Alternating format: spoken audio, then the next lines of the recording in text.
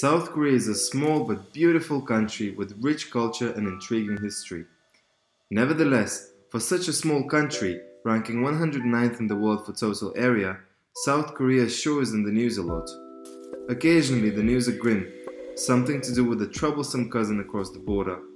Sometimes it's pure mainstream pop, a bunch of cute singers taking down the best Western performers of the world, and sometimes it's just plain astonishing.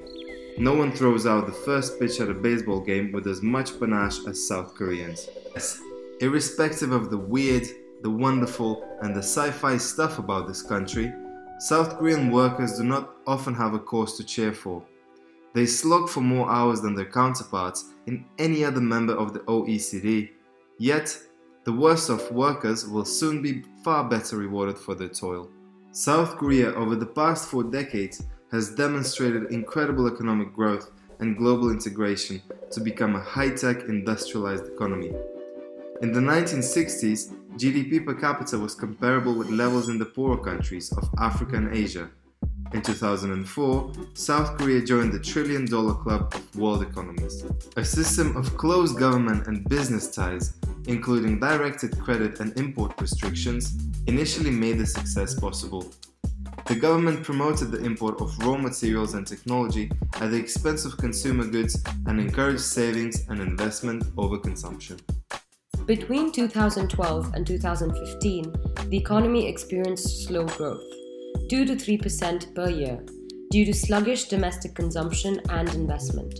The administration in 2015 faced the challenge of balancing heavy reliance on exports with developing domestic-oriented sectors, such as services.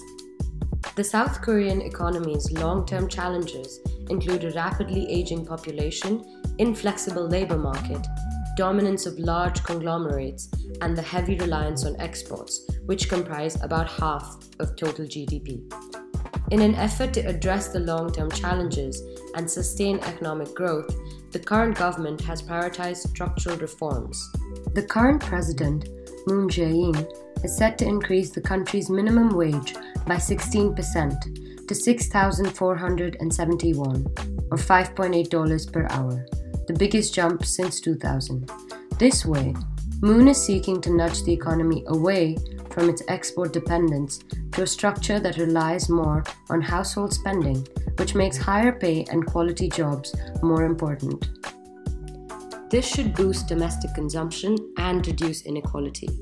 He has also pledged to raise the minimum wage to at least 10,000 won by 2020. This would mean that the minimum wage would keep increasing by 15% every year. So, what do the experts in this field think about it? So, Elena, what is your point of view on the minimum wage increase in South Korea and how is it going to affect the country's economy? From my point of view, it may be terrible for the economy. First of all, it's going to eliminate all the companies' ability to negotiate the lower paid jobs. This is like the unskilled workers.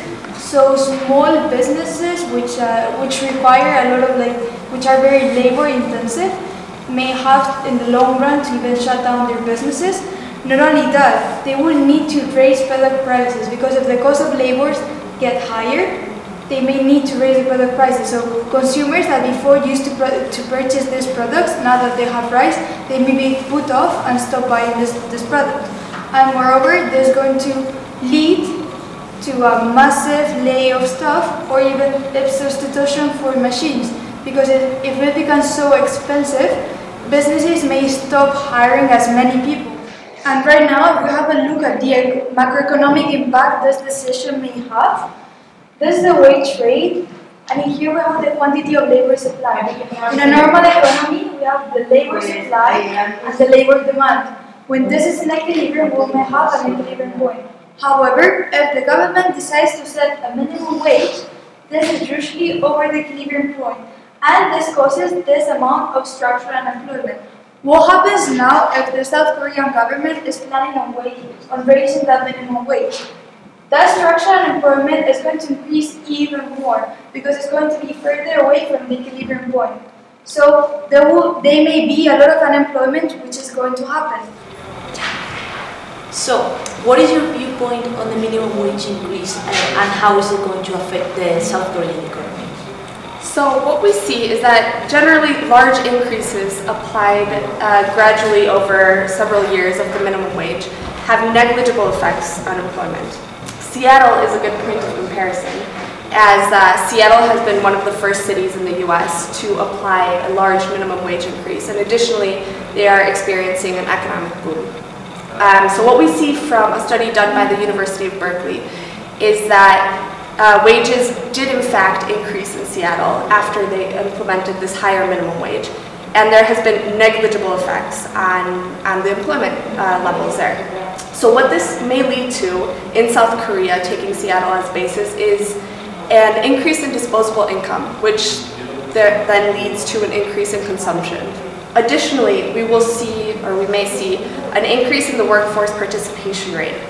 And then this is because what workers see is that they see this opportunity to earn more money, so they will go and work, which again leads to increased productivity.